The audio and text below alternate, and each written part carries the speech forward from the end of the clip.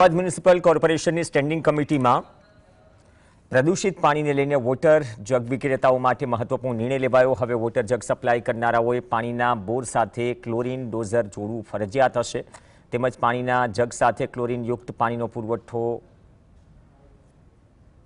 કરવો પડશે। પાણીમાં ક્લોરીન ભેળવાયું છે કે નહીં તે અંગેનો રિપોર્ટ એએમસીને રજૂ કર્યા બાદ જ વોટર જગનું સપ્લાય કરી શકાશે। અમદાવાદમાં કુલ 170 વોટર પ્લાન્ટ ધારકો કાર્યરત હોવાનું જણાવાયું છે। અમદાવાદ મ્યુનિસિપલ કોર્પોરેશનમાં આવેલા અંદાજિત 170 જેટલા આવા પાણીના જગના ધંધાકીય એકમો છે।